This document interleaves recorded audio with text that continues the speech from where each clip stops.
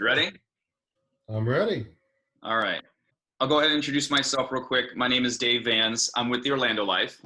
And the whole goal of the Orlando Life is community. It's connecting people. It's celebrating people here in Orlando. I believe that the best thing about Orlando is the people that live here. Everything else, the warm weather, the palm trees, everything that we're surrounded by, the entertainment, to me, that's like wealth. It's great to have, but at the end of the day, relationships are the most important. Community is the most important. And with our area, with the culture beginning to really thrive, it's more important now than ever for community to connect. And even in this crisis right now with the coronavirus and everything that we're going through, the emphasis is all on people and what's going on here. And so I'm sitting here with Bryan Truelove, and I wanted to, Bryan, I'm so excited to have you here and have you on this video chat, because we've never actually had we've talked one time, but we've never really had like any deep conversations or anything. But you're located out in Winter Garden, and what I'd like to do is just kind of have an opportunity for you to introduce yourself. What do you do? Who you are? That sort of thing. So why don't you go ahead? All right, Dave, and first of all, thank you for having me on. Yes, my name is Bryan Truelove. I'm a mental health counselor. My practice is based here in Winter Garden. I've been in Winter Garden for 9 years, and private practice in Central Florida for 12 years now. I specialize in individual work, marriage, and families. And thanks to the virus, I am now entirely digital. So my office has been closed for about 2.5 weeks, but I am still providing therapy via, phone and video methods. Okay. And how long have you been practicing? 12 years. 12 years. Mm-hmm. Nice. And something that is unique about you, interesting, that you kind of shared with me early on. Share that with the audience? Yeah, sure. I am blind. I have a genetic condition that caused me to lose my sight in my early 30s, which is right about the time I started in private practice. So I have been doing therapy blind my entire career. And that to me was so unique, because I've heard many times that people who, where they lack in sight, it enhances other senses. And so how does that impact your ability in what you do as a profession? Sure. I don't pick up on the visual nonverbal cues anymore. So things like facial expression, I miss. But the acuity of my hearing has gone up. That's not just a stereotype, that is a real thing. And I listen. I listen very closely. And I can often read between the lines better than most in hearing what's said, what's not said, and just minor shifts in tone. So it does make a bit of a difference. The other side of it, I've actually had many, many patients over the years tell me that in some ways they appreciate the fact that I can't see them. Maybe it makes it a little bit easier to open up. You don't feel quite as judged. For some people, they might consider their appearance something that would get in the way, or might impact the way that I view them. And they know with me that that's literally not even possible. So everyone I work with, I see them as who they are as a person. Good hair day, bad hair day doesn't make a difference. Well, just for the record, you and I have the same haircut, so we're good. Ah. I do it myself.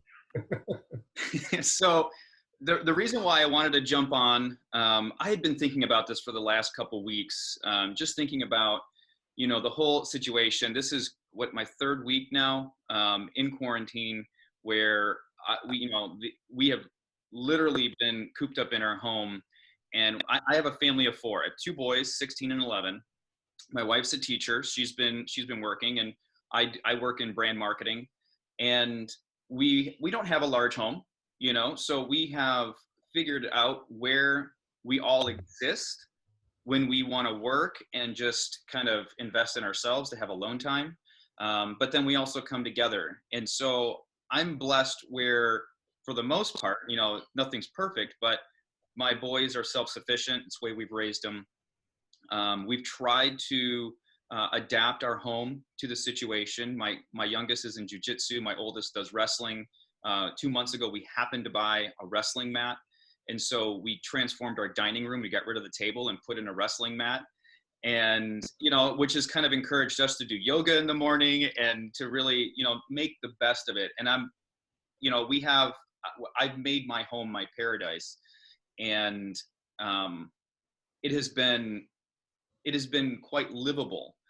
However, I see the things that happen. I see my son, who started his spring break in quarantine and had all the dreams of going fishing with his friends, and they had a serving project they were going to do with his friends. And my youngest, who's a complete extrovert, he needs to be by a warm body all the time. And just all the chaos with that and the stress, it began to raise the question of, how are we going to deal with this? I mean, I'm not, although I'm very optimistic in life, I succumb to stress and anxiety, and I try to combat it. And so I can only imagine what other people are going through as well. This is not just something that's happening to me. This is for you. This is happening to all of us. And so the more conversations that I've had and begun to have over online, people began to say how the stress is weighing on them.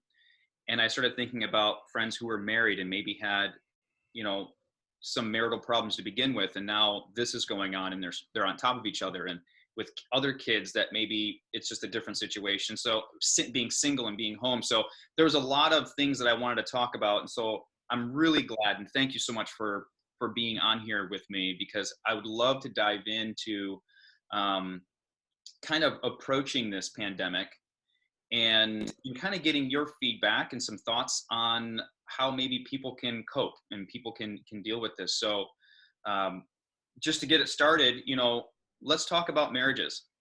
Let's talk about marriages that are for the most part healthy, and marriages that maybe we're struggling a little bit, and the tension that this is causing. What are some of the things that people can do to be in the situation where they have there's no other reality other than dealing with what's going on right now. Can you talk a little bit into handling this situation as a married couple, and from both spectrums of not having the ability to leave or go out, or maybe the stress of a tumultuous relationship? Can you talk into that? Sure, sure. And, you know, obviously, because of what I do, most of the couples that I talk to, at a minimum, they're having some issues at home, some sort of conflict already, or they wouldn't have called in the first place. And then I've got, some folks that are higher up on that continuum that the tension was pretty rough already before this hit. And now they're sort of locked in together 24/7.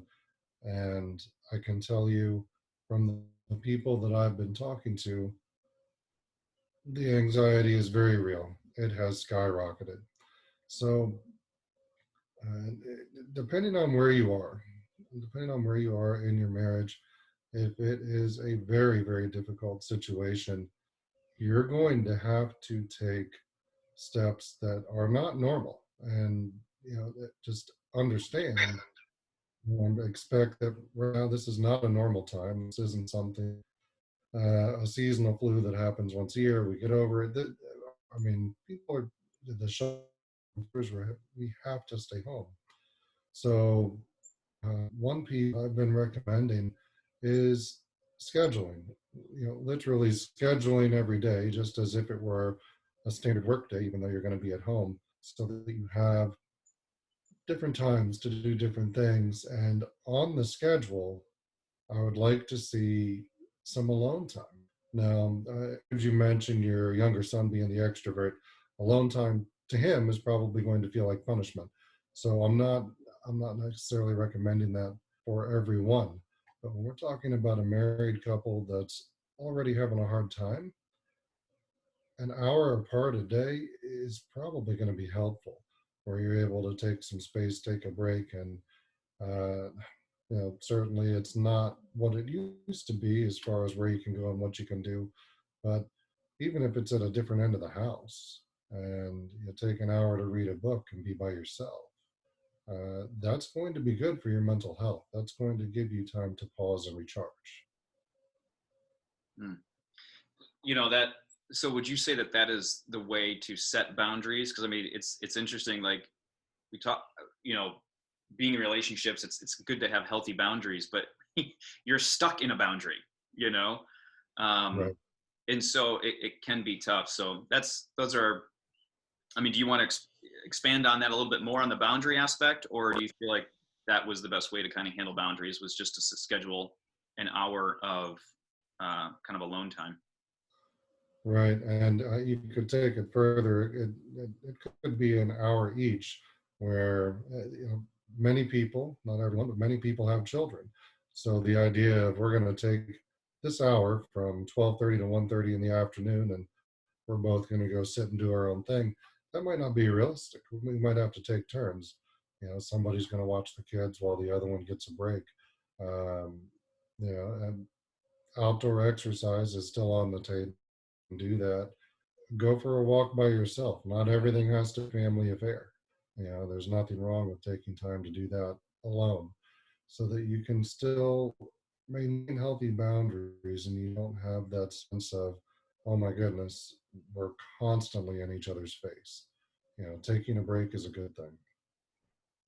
Now, these are couple focused, family focused, but what about being single? And I have to say, I'm an extrovert. And I know there's people that define this in different ways. I define it completely, I feel like I define it very uniquely as where you get your energy from and where you burn your energy. A lot of people think it's because you're good with people, but I know friends that are extreme extra or introverts, and they're they're the lead singer of a band, and they're good on stage, and they're but their home, you'll never see it because that's their safe place to hide and to re-energize. And so I see extrovert introvert based on where you get your energy from versus where you burn your energy. And so for an extrovert who's single, living alone, being told they can't go and be with someone. And let's just even factor in Florida here. Florida is very transient. A lot of people live here that did not grow up here, so they might not have their family here. Um, how does someone who's single that enjoys the presence of other people deal with this situation, knowing that one, it's been already going on for a few weeks, and two, it could go on for quite a few more weeks.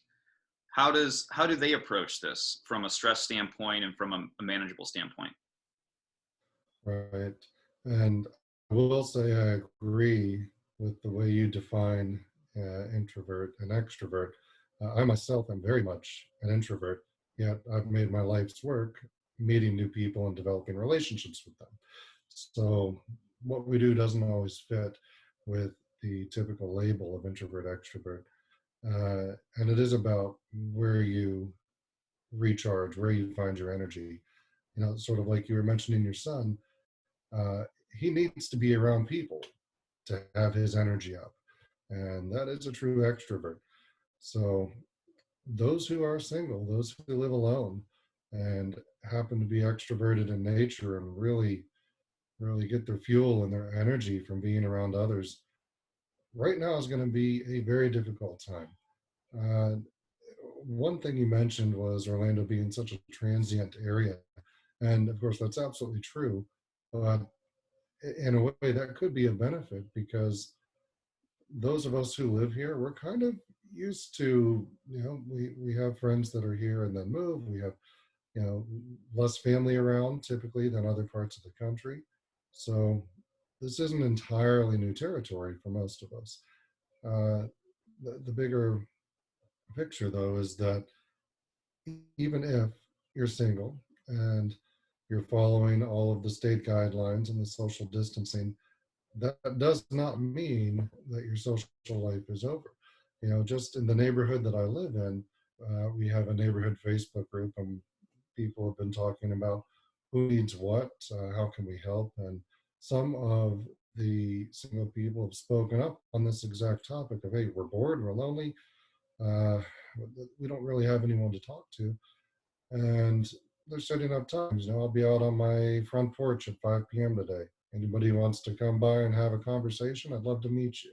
Now, it's going to be front porch to driveway. You know, there's going to be a little bit of distance, but you can still make that human connection, you know, which is in person still. And uh, that's notwithstanding all of the other options with technology, you know, being able to call people. Um, you know, another good thing, another silver lining here is most of us have a lot of time right now. We have time to burn. You know, somebody that we're friends with, we haven't talked to in months because they're busy and we're busy. Well, guess what? Around 3 p.m., they have nothing to do, and neither do I. They're probably going to be able to answer their phone. So you can still stay connected in that way as well. I really like that. I like the idea of, especially in today's world where connection is so quick and on social media, sometimes that feeling that you've invested in a friend by commenting on something that they've shared can make you feel like you've you've added to the relationship when really a phone call is so much deeper. Um, I really like that idea. I'm gonna have to start putting together my list of people that I haven't spoken to in a while. Um, Well, we all have Facebook, but right now we also have the opportunity to draw a little bit closer, you know, with a phone call, a video chat, where it's more personal and real time. And now that we have an abundance of time, that's something that we can really make happen. like that. Let's go back to parenting. Um, how can parents create a winning environment for their children, and where they're able to excel? And I'd like to even kind of throw in a little something extra. So there's a lot of things that can weigh on a parent, on an adult. They take a lot of stress in managing different aspects of the world, um, their life, and there are some parents who hide everything from their kids. There are some parents that share everything with their kids. From a child standpoint, even, how do you create a winning environment where you're not burdening your children with the potential reality? Because none of us know exactly how this is going to play out. They're talking 200,000 people might die from this in the U.S. That's a crazy amount. How do you communicate with your children? How do you create a winning environment without weighing them down with everything that's going on? Right. The phrase I favor here is age appropriate honesty. Right. I never, ever recommend to parents that they lie to their children. I always recommend honesty in all situations, but it has to be tampered down here a little bit with what is age appropriate. You know, when you're talking about uh, fatality rates, the worldwide impact, the high level economic things that are way beyond my scope of knowledge. I don't know what they mean. I just know that nobody knows. And that level of uncertainty, as adults, as parents, it is normal and expected that that's going to create anxiety in us because we're responsible for ourselves and those little people we're taking care of. So that our anxiety is normal there, but we want to try not to kick that down to the kids because they're not going to know what to do with it. And there's nothing, there's nothing that they can do about it. So you know, we want to try and protect them from that as much as is possible. But you know, being honest about, well, hey, you know, kids, the government's saying that right now the safest thing to do is stay inside. You know, you're not going to be able to go down and have a sleepover at your friend's house this week. You're not going to be able to do certain things that you might want to do. You know, play basketball with your buddies. Um, so you give that to them, but you give it to them in age appropriate ways that are going to match where they are and what they're going to understand. That's great advice. Um, the last thing I want to talk about is money. Now, I know you are not a financial advisor, so I'm not asking you to, hey, can you help us solve all our problems there? Um, but no doubt whatsoever, money is a stressor, and it's a stressor without a pandemic. Uh, but we have a pandemic, and a lot of people have lost income. They're being impacted. They're scrambling to try to figure out how this is going to look and how it doesn't negatively take them in a direction that they don't want to go. Um, but this can weigh on a marriage. This can weigh on the stress itself. So how can couples approach the reality of the impact that our finances are hitting, and how do they not allow that to negatively impact the relationships going on that are in place? Right. And I agree, even in good times, money can be a stressful issue for couples. Even when there's plenty, they might not agree on how to spend and or save the money that they have. So when we're in a situation like we are now, and the markets are unstable, nobody really knows what it's going to look like a month from now, 6 months from now, 18 months out. Uh, the stress again is very real. And there are several people, obviously, who are faced with job loss, layoffs. We're a business owner. Um, most of us aren't doing very well right now. They're having struggles. So when the when you bring this into the marriage, there are conversations that need to happen. People are sitting home at night after the kids go to bed talking about the what ifs. What if we can't pay our mortgage? What if we can't pay our rent? What do we have to cut out of our budget now to make sure that we can get through this, even just bare bones? What's the minimum?